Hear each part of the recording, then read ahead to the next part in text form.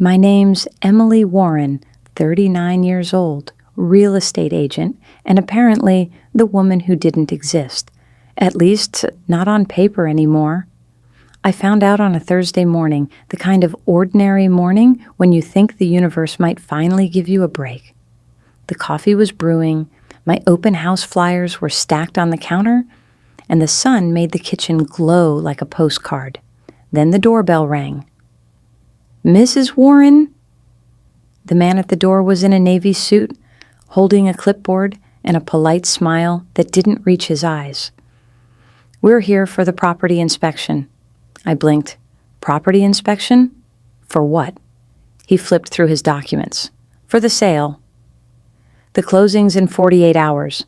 I laughed, an awkward, too loud kind of laugh. "You must have the wrong address. This house isn't for sale." But the man didn't look confused. He looked sorry. That's worse. He turned the page and showed me the contract. And there it was. My name, my signature, my husband's signature, the sale price, $940,000. My throat went dry. This isn't possible. But it was, because that was my signature, the one I'd been practicing since college, the same neat curve in the E, the same long stroke under the W, except I hadn't signed it, Charles had.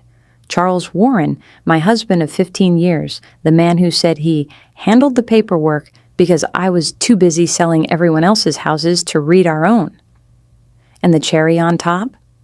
The property being sold wasn't just the house we lived in. It was the house my mother left me. For a minute, everything inside me went silent. I could hear the ticking of the wall clock, the faint buzz of the fridge, my own heartbeat thudding in my throat. When Charles came home that evening, he found me sitting at the table, the contract in front of me. "Emily," he said slowly, "you weren't supposed to see that yet." "See it yet?" My voice shook, but my hands didn't. "You forged my signature." He didn't even deny it. He just sighed like I was being dramatic. "Look, it's complicated. I needed to move the assets temporarily for a deal." "You'll get your share." "My share?" I said quietly. "You sold my mother's house." "Correction," he said, taking off his tie. "Our house." That was when I realized this wasn't a mistake. It was a plan. He'd been preparing this for months, the late nights, the hidden phone calls, the sudden obsession with managing our finances. He wasn't fixing our future. He was erasing me from it. I didn't throw a fit. I didn't scream or throw dishes like in the movies. I just said, "Okay," stood up, and walked away.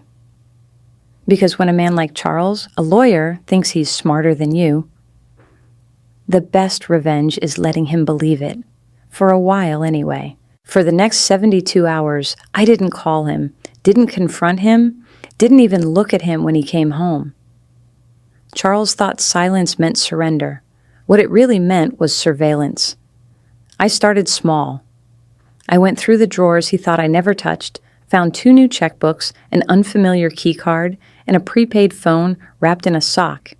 The man was a lawyer, but his arrogance made him sloppy. Every secret leaves a receipt. At 2 a.m. that Sunday, while he was asleep on the couch with the TV still playing, I took his laptop. It wasn't locked, just password protected with his usual ego, C.WarrenESQ. Inside were folders labeled Holdings, Private Clients, and, the one that made my stomach drop, Future Assets. My name wasn't in any of them, but another woman's was.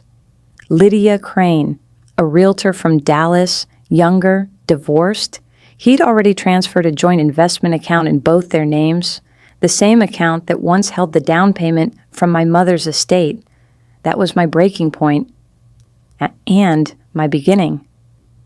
The next morning, I called an old friend, Ben Carter, a real estate attorney I'd helped years ago when he was just starting out. He owed me a favor. When I told him what happened, he whistled. "You've got him." Forgery, fraudulent conveyance, breach of fiduciary duty. Hell, this man's digging his own grave.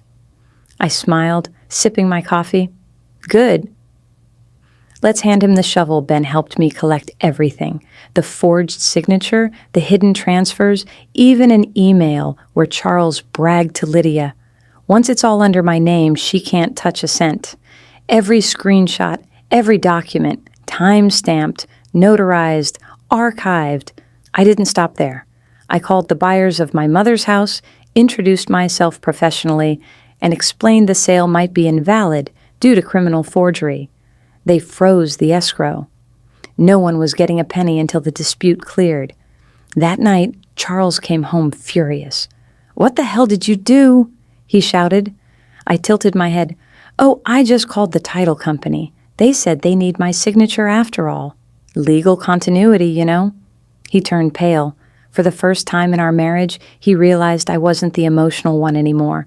I was the evidence.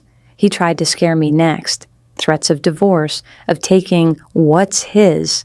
But what he didn't understand was, I'd already spoken to the judge handling property disputes in Travis County. And the moment that forged contract hit her desk, Charles Warren's entire career would collapse faster than his charm. Still, I waited, because revenge, real revenge, isn't just about winning.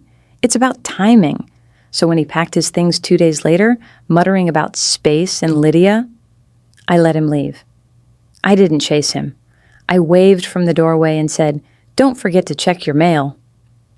Because inside that mailbox, waiting for him like a ghost, was a certified court notice with my name at the top and his crimes listed underneath. The morning of the hearing, Austin was drenched in rain, the kind that makes the whole city smell like iron and regret. I wore black, not because I was mourning, but because I wanted him to. Charles arrived late, of course. Expensive suit, umbrella in hand, pretending control. He even smiled when he saw me across the courthouse hallway. "Emily," he said, voice syrup sweet, "we can settle this privately. No need to embarrass ourselves." I smiled back. "Oh, don't worry, I'm not embarrassed." Then I walked into the courtroom and let the silence speak for me. The judge, a woman in her 60s, with eyes sharper than glass, flipped through the file Ben had submitted. "Mr. Warren," she said slowly, "these documents suggest you transferred property assets without your spouse's knowledge or consent. You're a practicing attorney. You understand the weight of a forged signature, correct?" Charles laughed nervously. "Your Honor, my wife must be confused." She signed everything willingly. "Objection," Ben said smoothly. "We have time-stamped footage from the Copper Cup Cafe showing the defendant sliding papers across the table, falsely representing them as routine mortgage forms." He nodded to the screen as the footage played, clear as day. The courtroom went silent. There I was, signing, trusting, smiling. And there he was, lying. Charles' confidence cracked. His jaw tightened. His eyes darted to me, begging for mercy. But mercy is for the innocent. Ben continued, voice calm but lethal. "Your Honor, attached are financial transfers totaling $412,000 into an account jointly owned by the defendant and one, Lydia Crane. We also have text messages corroborating intent." The judge leaned back. "Mr. Warren, you understand these actions constitute fraud, misrepresentation, and perjury?" He tried to speak, but the words died in his throat. For the first time in years, I saw the real man. Small, desperate, stripped of his arrogance. When it was my turn to testify, I stood tall. "Your Honor," I said, "I'm not here for revenge. I'm here for accountability. He took my home, my savings, my trust. But what he really stole was my belief that love could make someone honest. I just want the truth on record." The judge nodded. "You'll have that." The ruling came fast. The forged deed was void. Every transfer reversed. The property returned to my name with damages. Charles Warren, Esquire, suspended from practice pending criminal investigation. He didn't even look at me when the gavel struck, just stared at the floor like it might swallow him whole. I walked out of that courtroom into the same rain he'd walked through that morning. But this time, I didn't feel the cold. It was cleansing. That evening, I went back to the Copper Bean, ordered the same coffee he'd bought me the day he tricked me, oat latte, extra foam. The barista smiled. Rough day? I smiled back. No, the best one in years, because for the first time since that signature, I wasn't the woman he used to own. I was the woman who owned his ending. 3 weeks after the verdict, my story broke online, not because I leaked it, but because truth travels faster than lies when you stop chasing it. Someone from the courthouse had shared the footage anonymously. The video, the coffee shop scam, hit over 1.2 million views in 24 hours. The title read, "Attorney Caught Tricking Wife into Signing Away Their Home." The comment section became a digital courtroom. Women from every corner of the world wrote the same words. This happened to me. Finally, someone fought back. Justice served with a side of caffeine. Charles's law firm released a statement within hours. Effective immediately, Charles Warren's partnership has been terminated pending internal review. By morning, his professional website was gone. By evening, his name was trending next to the word fraud. I didn't post. I didn't comment. I just watched, calm, quiet, still. It wasn't about revenge anymore. It was about reclaiming something he'd buried. My voice. Then one night, my phone buzzed. Unknown number. A text. "You destroyed me, Emily."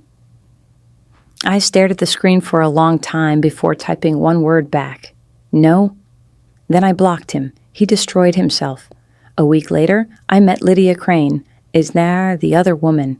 She showed up at the same cafe where it all began.